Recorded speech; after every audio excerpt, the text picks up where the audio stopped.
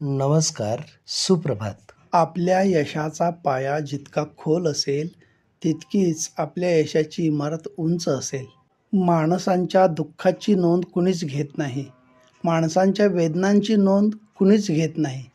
माणसांच्या अश्रूंची नोंदसुद्धा कुणीच घेत नाही. परंतु माणसांच्या चुकांची नोंद मात्र सर्वत्र घेतली जाते.